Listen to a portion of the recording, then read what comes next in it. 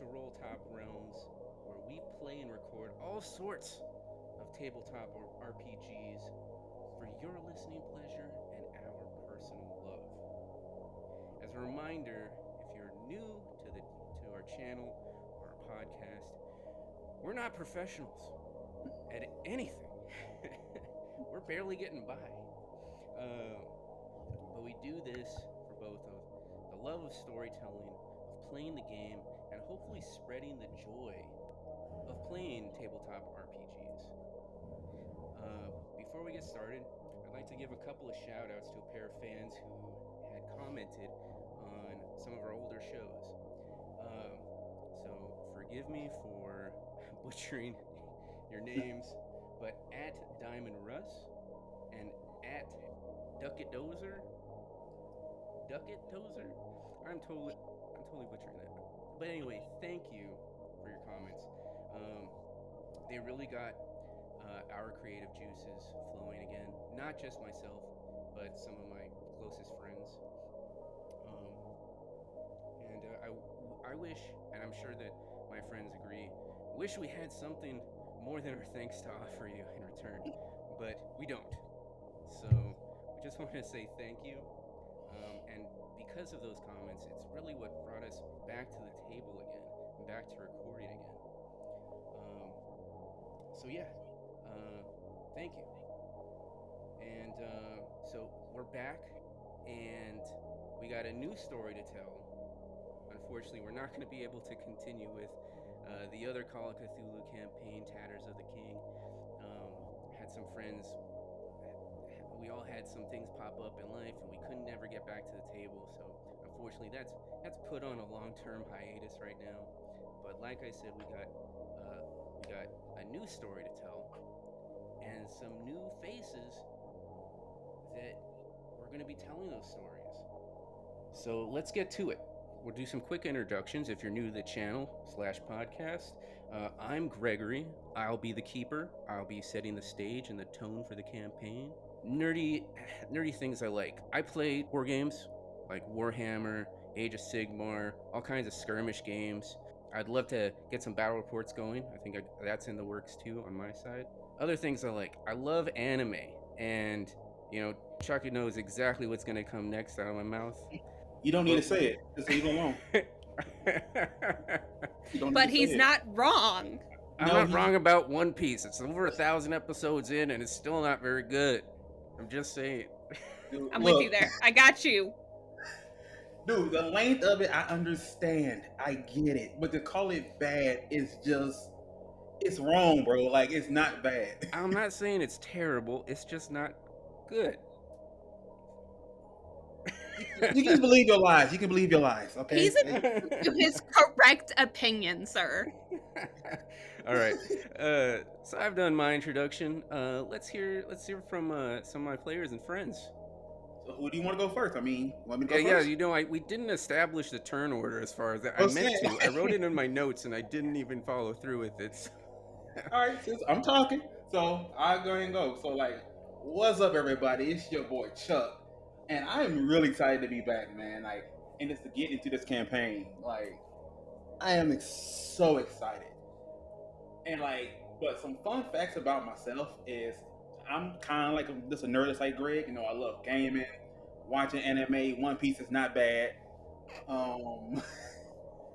Let's see. I recently picked up reading. Like I said, I used to read a lot, but I really just picked it back up, and it's a newfound love for me.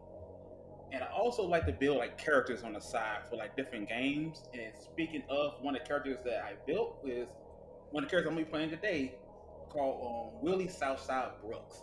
He's a 25-year-old boxer from the South Side of Chicago. He spent his younger days training and working in the steel yard before getting into the underground scenes. And right when he thought he was about to make the big times, something really, really tragic happened that kind of caused him to put his gloves down for a while and just hang low. And that's really about it. Awesome. Are you drinking anything alcoholic right now? No, I do not drink alcohol no more. Well, that's good, man. Yeah, keep sober. Keep on that wagon. Don't fall off of the wagon. Let's just say This is to say I had a horrible experience in college with it, and I just told myself never again. Oh, gotcha. Stay clean, kids. Don't do drugs. So who's next? Come on, don't Anybody be can shy. go. Don't be shy. Anybody, yeah, don't be shy. Anybody can go. I can fix it in post. Yeah. All right. All right. Well, I am Ethan. A few things about me. I am a avid board game lover. I love RPGs. I played a lot of D&D running it as a DM. Just like Greg, I am a huge fan of Warhammer with way too many armies under my belt. I have an issue. And going with that epic transition to North Vanders is my character who has a hell of a lot of issues. He grew up in a pretty rough area in Brooklyn. Didn't have the best family life, so he and his brother tried to escape that by joining the military right before World War II started. It was during World War II, during one of the large-scale battles in Europe, that unfortunately North's brother died, saving him from an artillery strike. He lost his leg during that strike and was discharged, but they left him pretty scarred. Took him a year or so to get his bearings, and finally decided to go become a private investigator. And well, it's been a hard time for him. He struggles with his own addictions, and sometimes he sees and hears things that aren't there. Yeah, you can tell just by looking at him. Like you see his character profile picture. He looks like he's had a rough time. But it takes place in 1920, so that's a few years before World War II. You must mean World War One. Oh yes, World War One. Okay, Of course. Okay, just clarifying. Okay, yeah, awesome. And of course, Ethan is not drinking because he was not notified that he was going to be able to drink. I don't know why he felt like he needed an approval, but maybe next time. I am drinking. It's just not alcoholic. No, it is addictive nonetheless. Yep. It's fine, Greg. I got your back. I'm here for you. Thank you. Speaking of which, yes, I am currently drinking some delicious wine coolers, which I guess leads to me. I'm actually one of the newer players. I got invited in by Charles. Wow. I had never played Call of Cthulhu before. I had played D&D. Matter of fact, Charles helps me made some of my characters, my very, very annoying fairy. But my name is Kim. And if you can't tell so far, super nerd, gaming, reading, hardcore anime addict. It's okay. I go to sessions for it. It's fine. But I started with these guys playing a one shot that led me into creating my character Vince Gina, who like these people has some problems. What problems he has, I guess we might find out as the campaign goes on, but they originally started in Harlem with the Italian Mafia. Some shit went down. Italian Mafia life was not where they wanted to be anymore, so they ran the heck off and now has somehow stumbled into our other fellow campaign players. That's awesome, Kim. I'm sorry that you had to get your arm twisted to get pulled into Call of Cthulhu, but I'm glad that you enjoyed our first session together. And those segues, wow! If we didn't want to get right back into playing Call of Cthulhu, we could talk all day about these amazing segues. But you know what? We don't have all day. We're here to play a game, not banter for 2 hours. So let's get started. It sounds like everybody's excited to play some Call of Cthulhu. Yay! Oh, okay. Oh, wow! Shame on you! Shame on your dog! Shame on your house! Shame.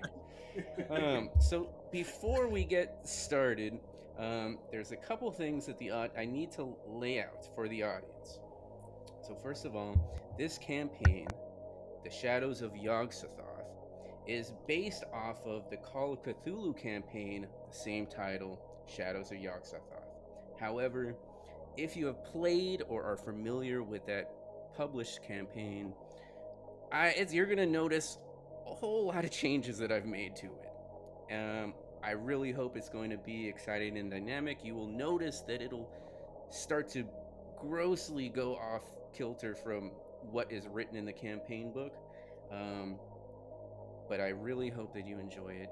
And I know that my players don't know any better, so I hope that they'll enjoy it too. So, another thing to take note of as a listener is our players are starting immediately after the events of the Call of Cthulhu scenario, The Lightless Beacon, which is an amazing pre written one shot for new keepers and new players, experienced keepers and experienced players alike. It's an amazing scenario, and it's free on Roll20. This episode sponsored by Roll20. I'm just kidding. We're not sponsored by Roll20, but you know what? We'd really like to be. So Roll20, if you're listening, yeah, sponsor us, please. Help me pay some of these bills. All right. So with that, I hope you will allow me to set the stage as we lead into the campaign. As we fade to black and fade in, Giza Plateau, 700 CE. A wide aerial shot of the Giza Plateau. The Sphinx and the Great Pyramids radiant under the Egyptian sun. Golden light shimmers over the sand as warm desert winds stir across the landscape. Atop a windswept cap rock, a solitary robed figure kneels on a prayer rug, silhouetted against the brilliance. The camera pans in. We see the hazel eyes and sun-worn face of an Arab man, deep in prayer. Before him rests a weathered, leather-bound journal, unmarked, and a quill. In Arabic, he softly and reverently whispers, "Forgive me, O Lord, for my weakness." He bows in devotion. As he rises again, his eyes closed. A second robed figure has appeared silently behind him. The camera pushes in.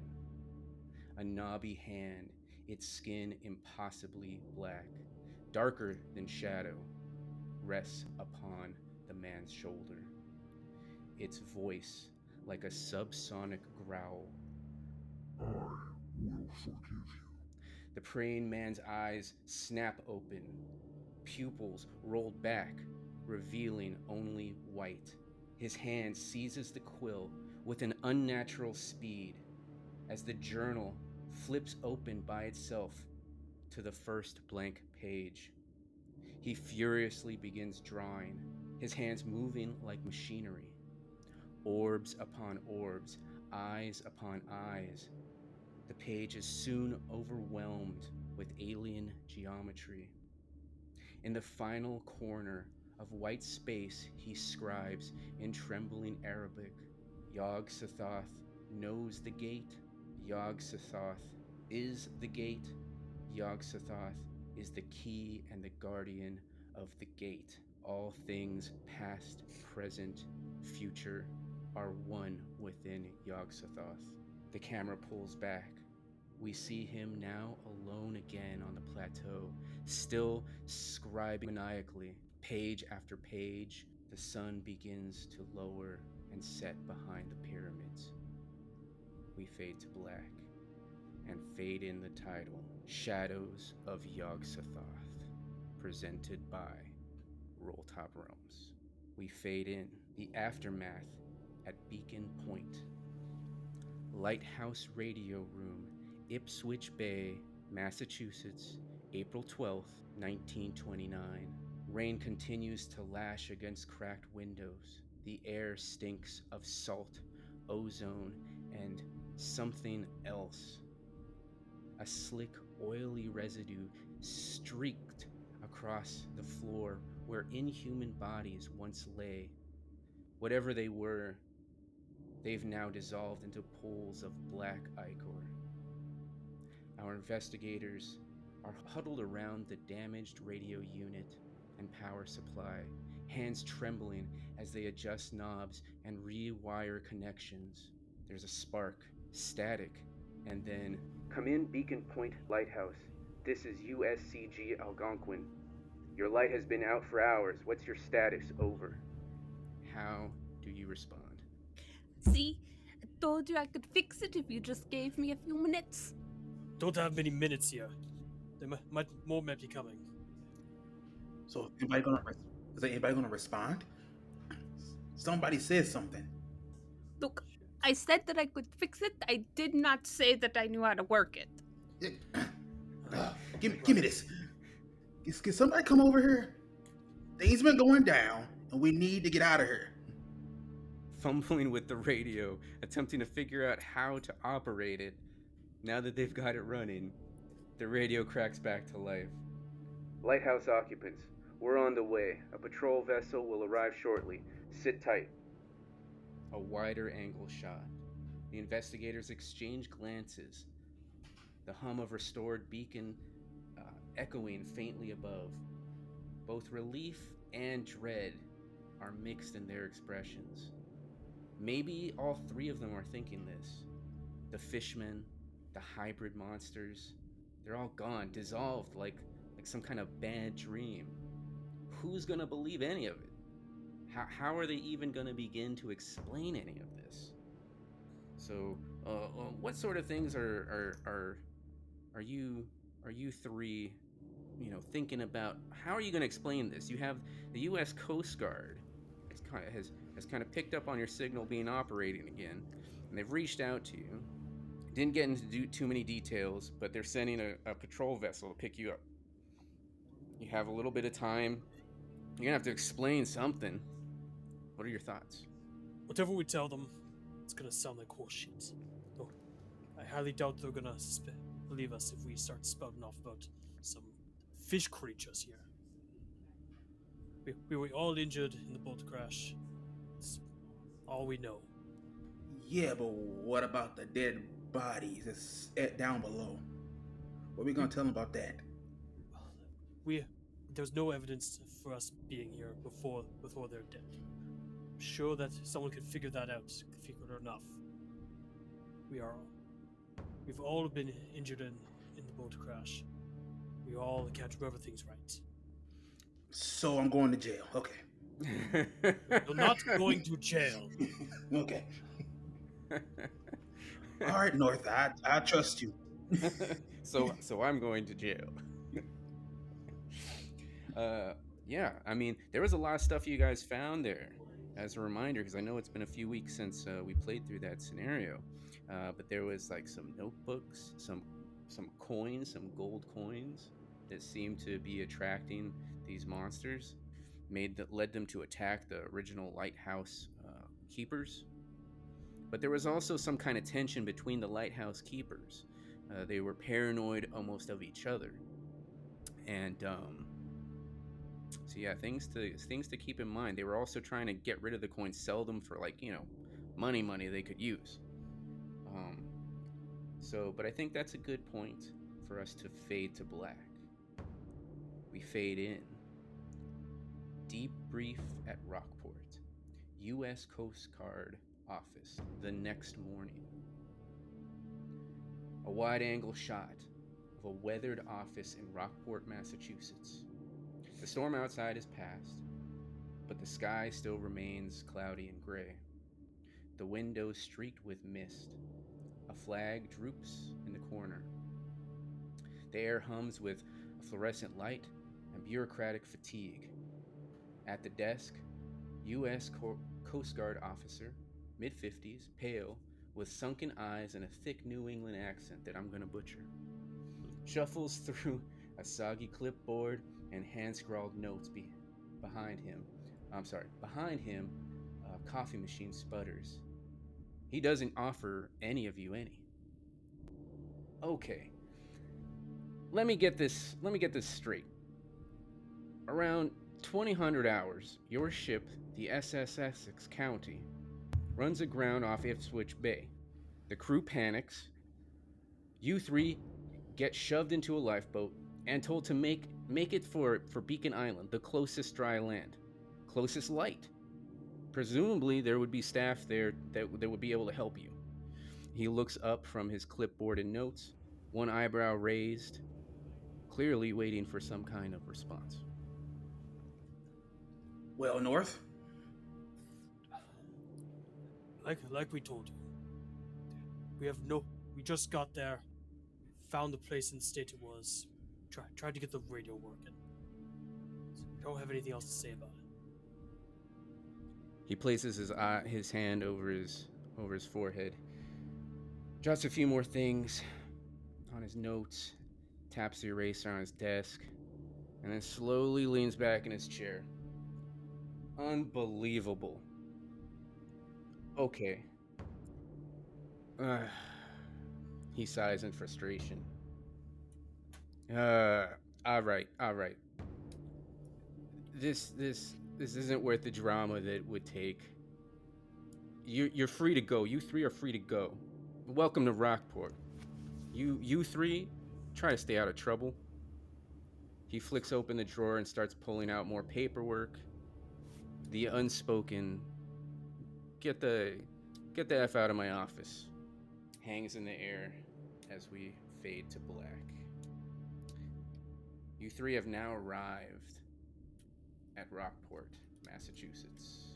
Now, you recall that you had those coins that had brought you some pretty negative attention from those fish creatures and some kind of hybrid monstrosity.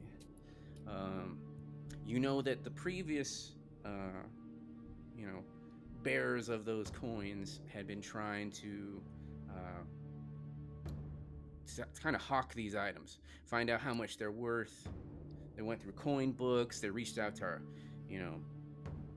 archaeologists and things like that, coin collectors. There was some leads. How do you? Who does what now? Well, given the state that we're all in after what happened, I think first thing might be to make sure that everyone's okay after it. I know that I'm got a pretty nasty wound on me.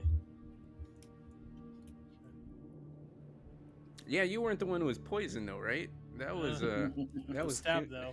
That was me. That was Vince who got stabbed by that. Who got stung by that thing. Yeah, but I got hit too.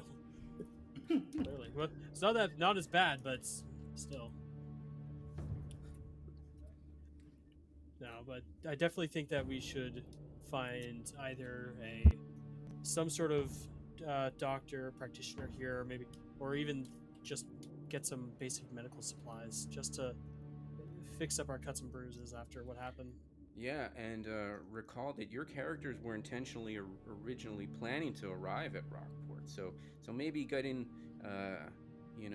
going to see a physician, if you have, that should be pretty easy enough. I mean, if you were already intending on arriving at Rockport, then it should be fairly easy for you to find some medical care. Maybe touch base with whoever you were trying to reach in Rockport, and yeah. All right. I'm also gonna look at my pocket, see if my flask has any booze left in it. Because after the fucking night we had, I feel like drinking. Who is hanging on to those coins? I feel like Vince would hang on to the coins. Okay. What are your thoughts? Well, knowing Vince and his situation, he's gonna want to get rid of these, but he's gonna want to make money from them. Because life is hard, things are rough, and he's barely scraping by. Okay. Do did you have? What was your character's original reason for arriving at Rockport? He is, or they are currently on the run and trying to get as far away from New York as humanly possible. So they kind of just threw a dart and said, "I'm going this way." I'm going to Rockport, Massachusetts. Yep. All right, Yeah. Rockport, Mass. That's a hopping place. Just look at the picture of it. Muddy streets, cars driving through ruts of mud in the road. It's a 1920s. It's a place Vince is driving through, not to. Got it. Okay. And as I recall, Vince was the primary seeker and finder of information about the coins, about their iconography, sea, and kind of putting things together, and also found records of mail exchanges of letters to the individual who had the rings in their possession before you came across the coins, trying to sell and hawk them off. So you should have some good starting points on who to reach out to. And Chuck, what's Willie's thought process right now? What's going through Willie's mind? Confusion. What else is new? He don't he don't deal with like those type of like unknown things and just see some webbed creature. He's a little messed up in the head, but like I said, he just going with the flow. Whatever the other two want to do, he's kind of there. I'll offer my flask. Willie will take it. Yes. Oh, okay. I thought you were. This was a projection of. I thought Willie was a projection of Chuck, and he was going to abstain. No. Oh, Willie is nowhere near that. Oh, Willie will have a drink for sure. Okay. What was what was Willie's initial reason for wanting to venture down to Rockport from wherever he came from? Well, he was supposed to come down here to meet up with his trainer, or kind of like his father figure, Ruckus, which is kind of like for an underground fight he heard about, and so he was meeting up with him to talk to him about that particular fight he was about to get into. Was it Uncle Ruckus? No relation. No relation. He's kind of no like relation. He just a father figure, like I said. He picked him up when he was like young, because both his parents passed away. So he acted like his father figure in a way. So he treated him like a dad. All right. Okay. So, I mean, you have some loose ties. We had established in our one shot that Willie and North had kind of worked together somewhat in the past. Is that still accurate? Yeah. Yes. Okay. And Vince, they, and the pronoun is they? Yes. Okay. So they were, was it correct to say that what sort of relationship did they have with Vince and Willie prior to the events on Beacon Island?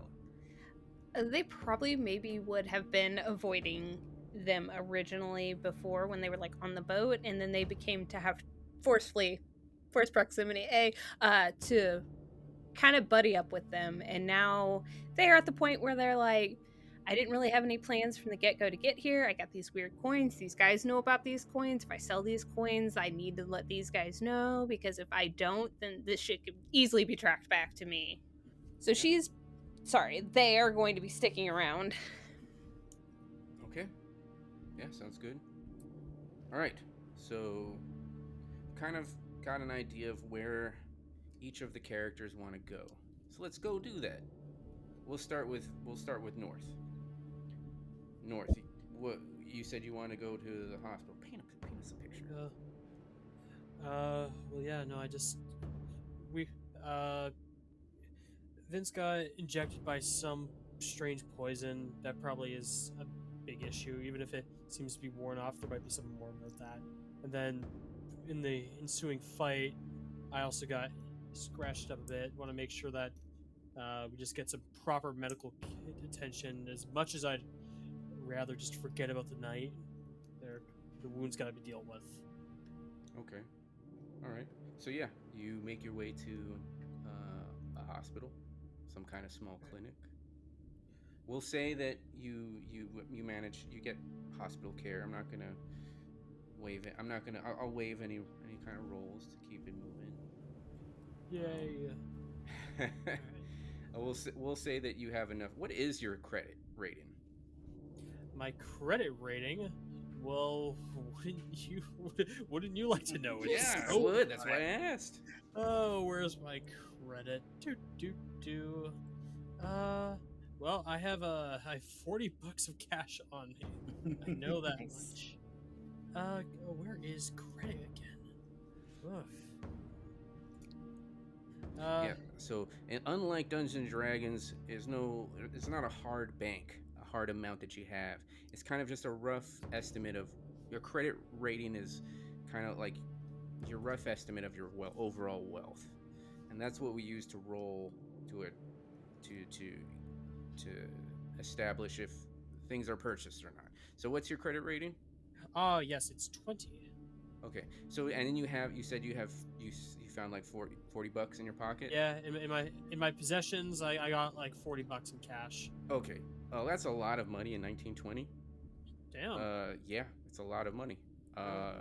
We'll go ahead and bump that up to, let's say, bump that up to 30%.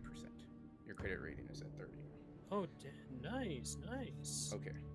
What is everybody else's credit? 20. 20. Okay. Dirt broke 9. 9. Oh God. Yeah, he is. I thought Vince was living in the gutter, but no. Yeah, Southside is literally like a bum fighter. He Oh. just fights bums. There's a reason for that 9 credit, but like you haven't Okay. gotten into it, so like All right. Yeah. Let him marinate. We'll learn about what got him into such dire straits, I'm sure. So you get healed up. You get your wounds treated. You pay for it from your credit pool. And then what?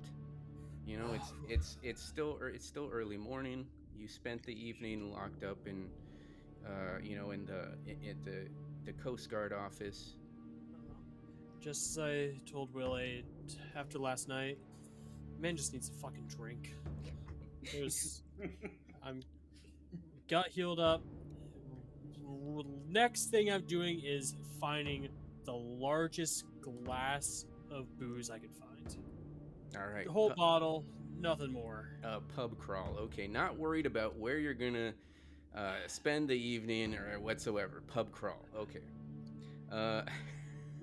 North's used to. And you're gonna drag poor Willie with you, and poor Vince with you down to the bar. What does Vince and Willie want to do? Experienced in the criminal arts, she's gonna try and keep a lookout for the typical signs of where organized crime or any type of like black market type things would happen, because she knows she's not gonna be able to get rid of these coins the regular way. Okay. All right. And what about Southside? What about Mr. Brooks? he'll ask, he's like, "Hey, you two, you would mind if I like duck off real quick? I had a contact down here I need to talk to." Go to one, Willie. All right, he'll look at Vince and be like, "You good?" Are you really asking if I'm good after what the fuck just happened? I believe Willie was asking Vince. Oh, Vince is gonna look over at him and be like, "I may not be all there in the head sometimes, but I think he was looking at me because you look fine."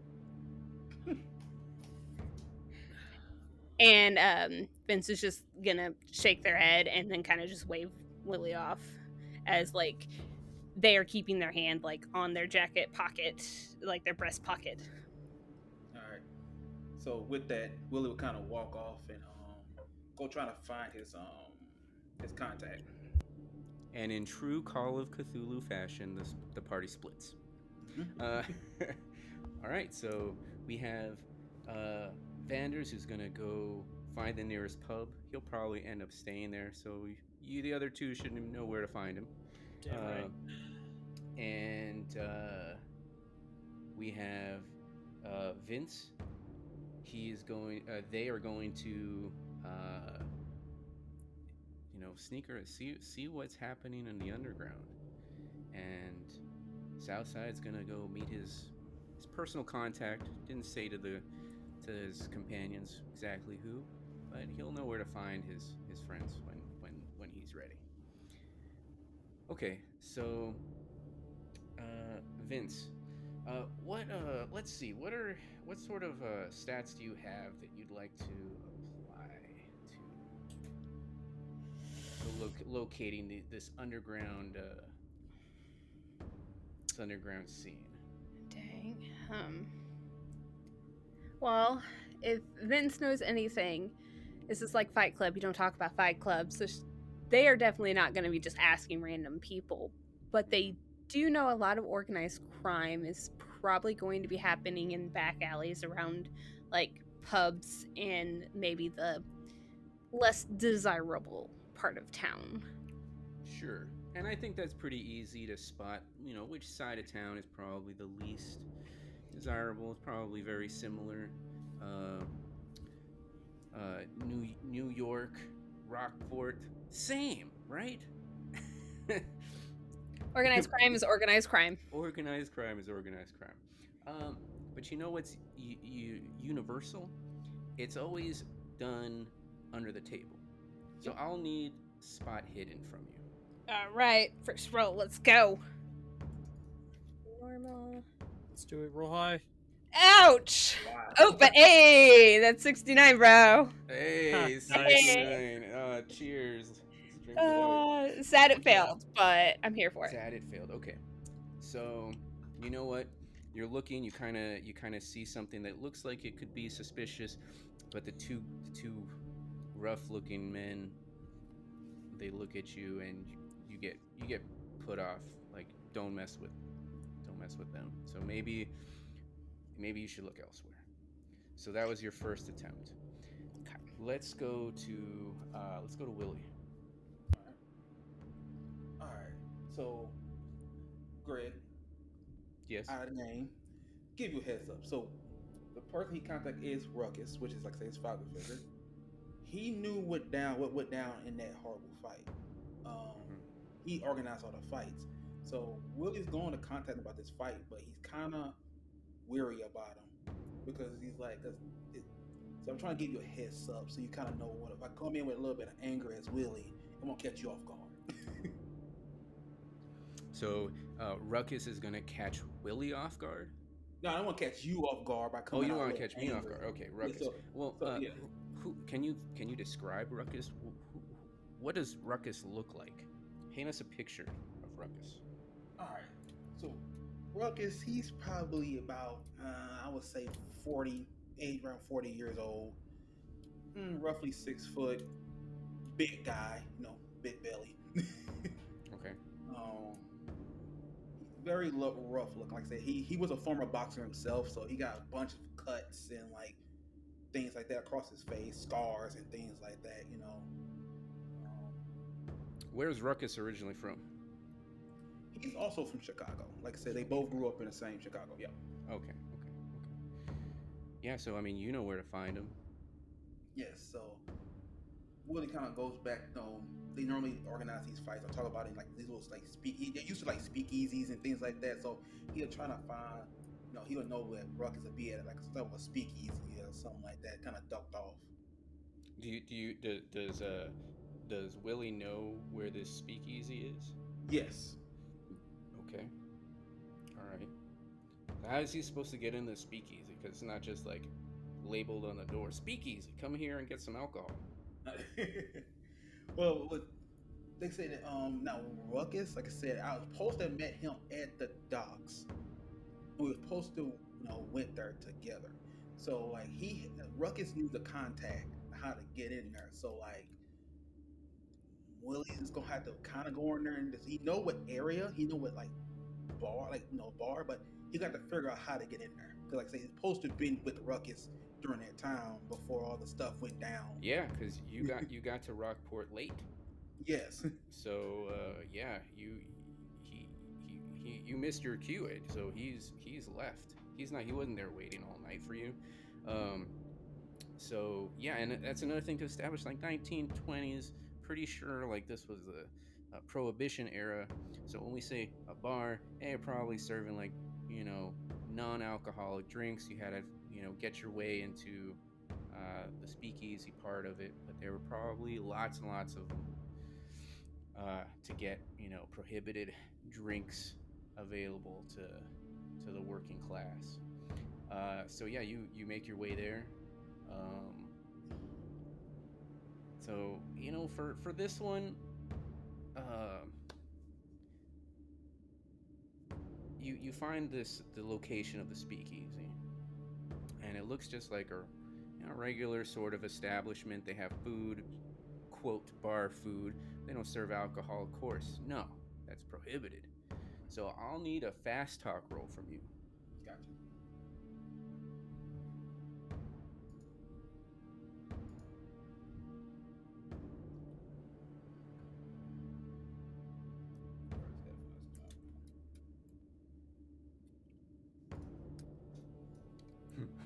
That's a Big fail. Big fail. Start off strong. So what did you do? What did you say? When you walked up to him?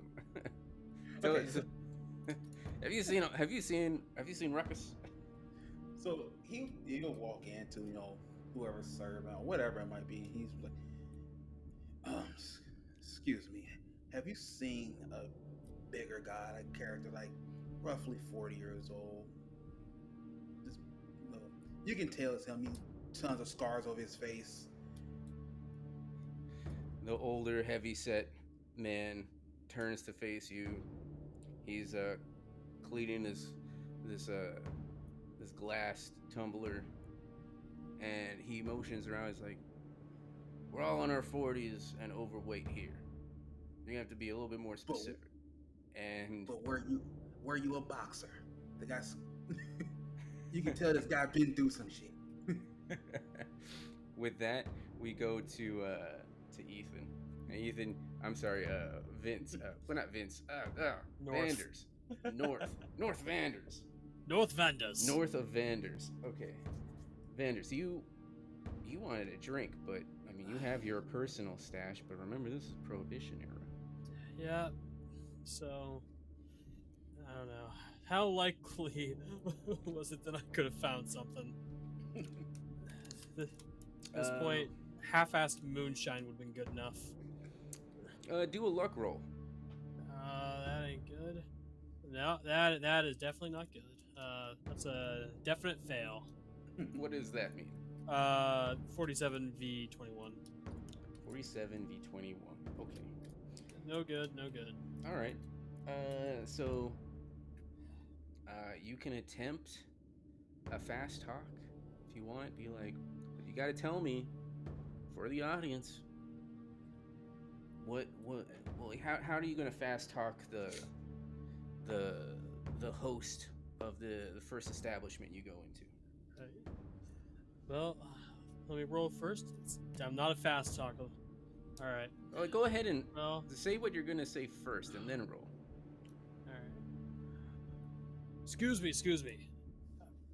I know it's not usual around here, but I need something hot. It's been a rough time out there. You know how it is. Okay, I'm now sure you roll. could offer an old vet for a nice drink. Something hot. Okay. Go ahead and roll for it. Yeah, that was a 98 versus 5. Okay.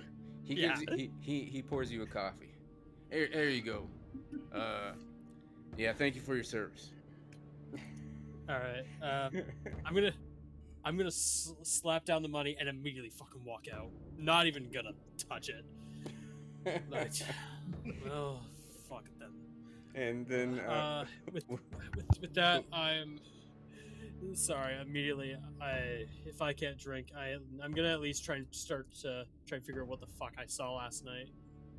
Come on, Jack. Let's go figure it out. Who's Jack? Oh, your flask. No, my brother. You know, my brother. He's my brother.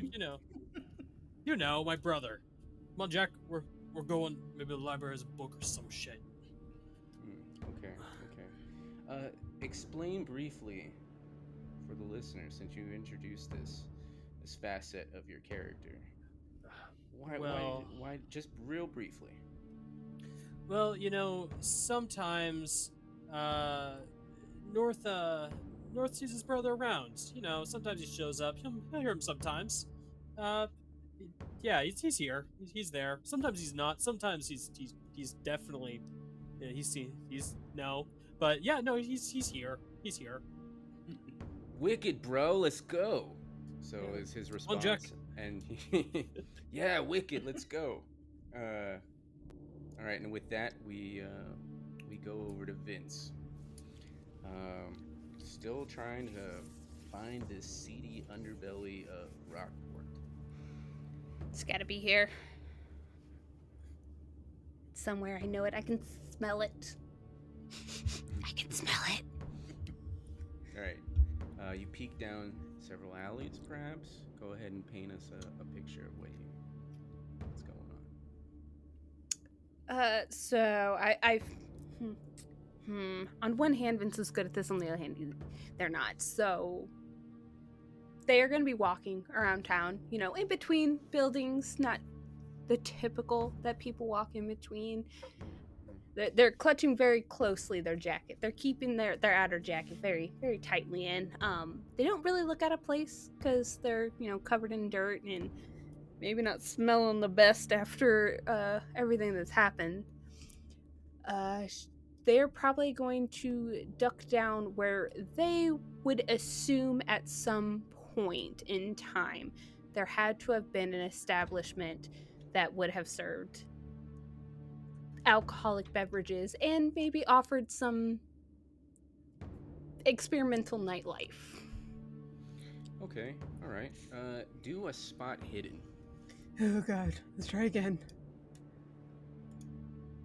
Oh, ow, ow! Okay. So this is a fumble. This is deep pain. 100 v36. Now, if you want, you may push the roll. But if you push the roll, basically means you roll again. Now, if you push the roll and fail, then something's gonna happen. Vince is a risk taker. We're gonna do it. Yes, that's what I want to hear. We love to gamble.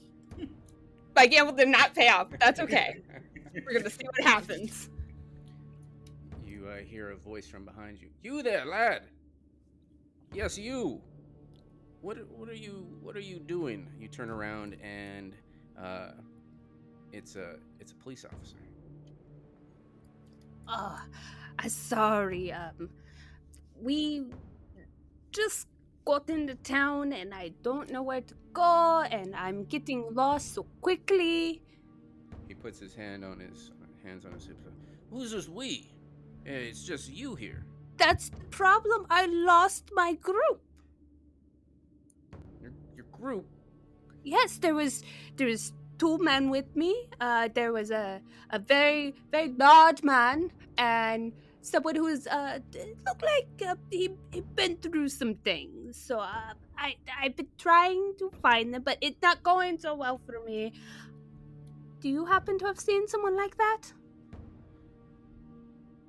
There's something off about you, kid. I'm gonna need you to come with me. And he begins to walk towards you and kind of about to reach out and put his hands, on your, grab you by the cuff, drag you along. Look, officer, I know you were just doing your job, and I'm not here to make your job hard. I just trying to find the group I came here with. We were just at the police station not even a few hours ago.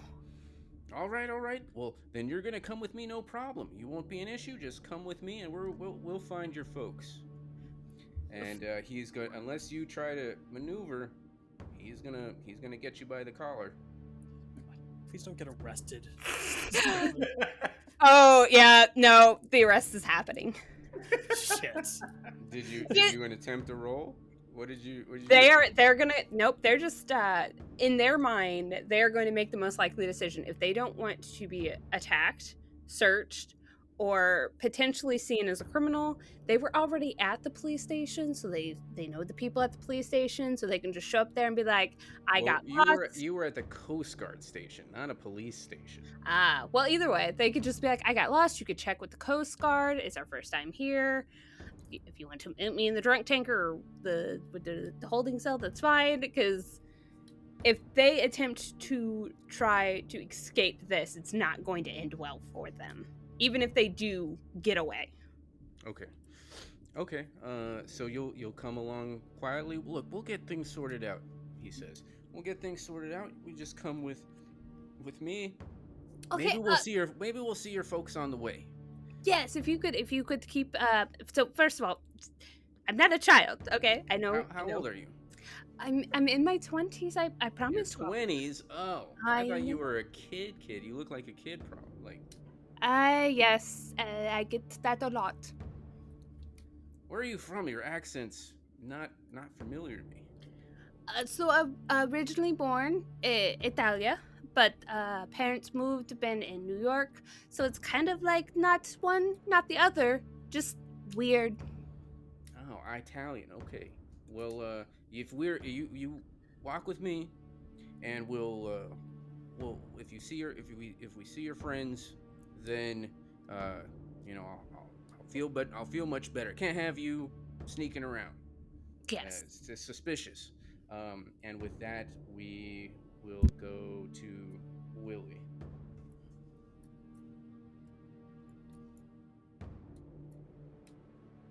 You there, Chuck?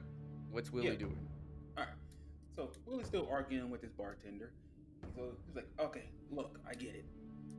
There's a bunch of old fat people in here. I get it. All right. But look, this man has a scar across his eyebrow. Nose is crooked. Knuckles are bruised. I'm pretty sure he will stand out from the other fat guys." Well, okay. Well, what's his name? Would he know? Would he know that your friend's name? Okay, so I think he would. Like I said, Willie wouldn't know. Okay. Roll a luck. Okay.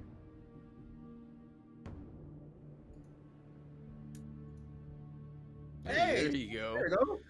Oh, finally. Ruckus. Yeah. Okay. Yeah. Okay. I'll let you over to where he is. But you're gonna have to tell me I need to hear something first. So what's this passphrase? Passphrase. Now we gotta deal with. I don't know. I don't know.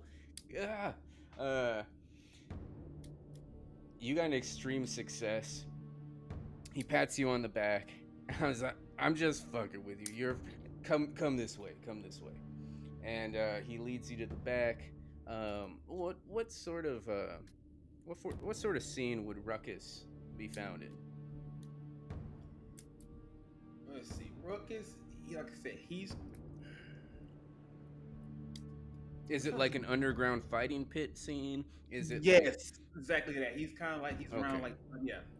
So he leads you behind the counter, behind the bar, behind, into the back room area. He slams his fist against the wall in the back. You hear a man answering back, "Yeah, what do you want?" And he says, "So open the goddamn door." And so the door. So All right. And the door opens. It's a hidden door. And there's stairs down. He's like, "Who's this?" He knows Ruckus. And you get led down a set of stairs, and you can start seeing lights. You hear shouting, and suddenly opens up into an underground fighting arena, underground boxing. Your uncle's seen there's two men going at it. People yelling, screaming, him again, and like laughing. People like holding up like fists of $1, $2, papers and such. Play their bets in hand. So now you gotta find your uncle. Or is he your uncle? No, he's not your uncle. He's just a father Just a figure, father right? figure. All right, you gotta. Sorry, I hear the name Ruckus and I think of the Boondocks character Uncle Ruckus. Yeah. Uncle Ruckus, no relation. So now you gotta find Ruckus. All right. So could I possibly roll like a spot hidden, maybe? Yeah.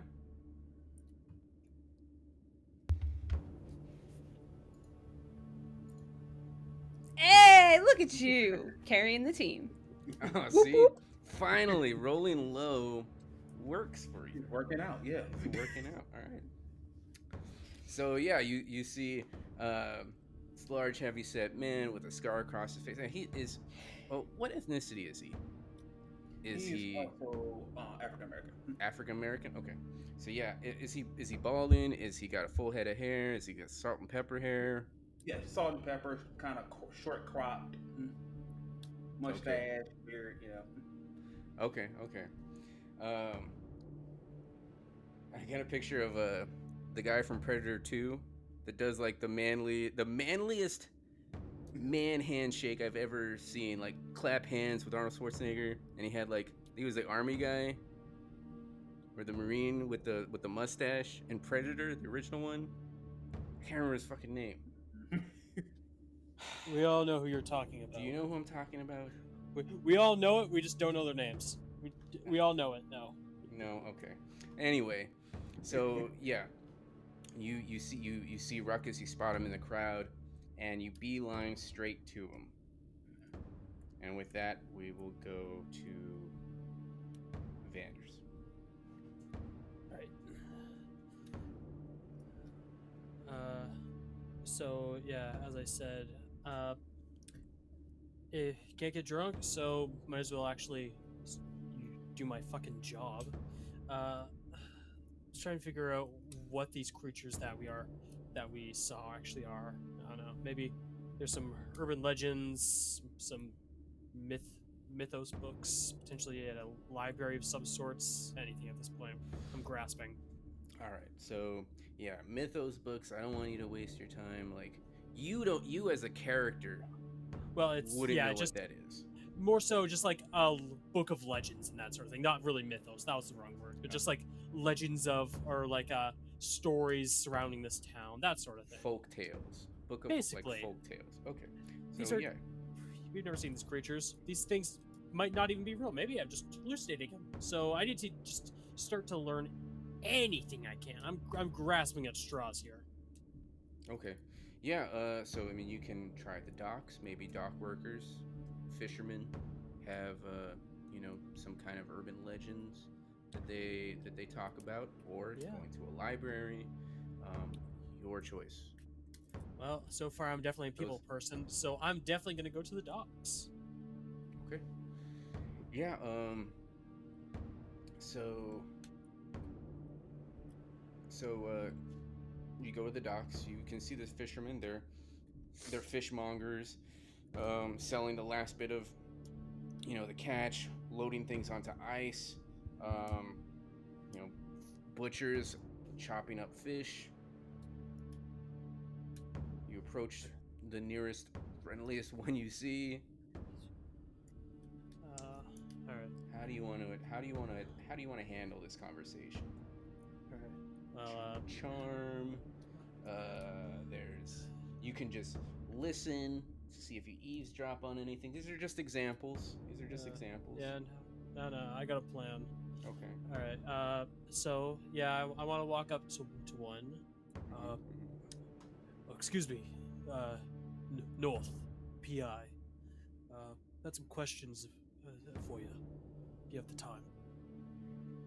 Yeah, buddy. Here, you want a fish? He holds up a fish. He's like, it's fresh from this morning. I'm good. Thanks, though. All right, all right. He's looking disappointed. He puts the fish down. All right. What can I help you with? Last night, I just gone to port. Saw some strange things out in the water. Want to know if this is a regular thing around here. Storms? Nah, this is the season of storms. Get we get storms all the time. Well, not storms. Saw something in the water. Something swimming about. Look. But Don't yeah, look. there's No fish in fish the I've seen water, before. and there's sharks and all kinds of things in the water. Do a fast talk roll. All right. I'm not a fast talker. Well, this thing don't look like no fish I've ever seen. That is a 74. Not a good. 74 to what? 5. Yeah. Okay, yeah, big not fail. Big fail. Um. And so you describe what you saw? A fish man?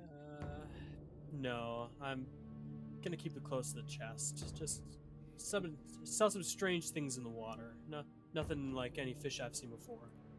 Well, yeah, I don't know what to tell you. He kind of looks, side to side, like, this guy is kind of weird. So he's like, well, I gotta pack up. I gotta pack up the rest of my fish. I'm sorry I couldn't help you, buddy, but good luck. And he Oh, kind of waves you one off last and thing. packs things up. One last thing, real quick. You know where to find some good booze. I need another fast talk roll. Shit. I got a 90. And he's like, hey, I don't know if you know this, but booze is illegal. And so he first wraps up his fish and he's like, and he doesn't even say goodbye to you. He's like, he goes off. And with that, we're going to find out what happens next time on Shadows of Yog-Sothoth by Roll Top Realms. Bye, everybody. Bye. Bye.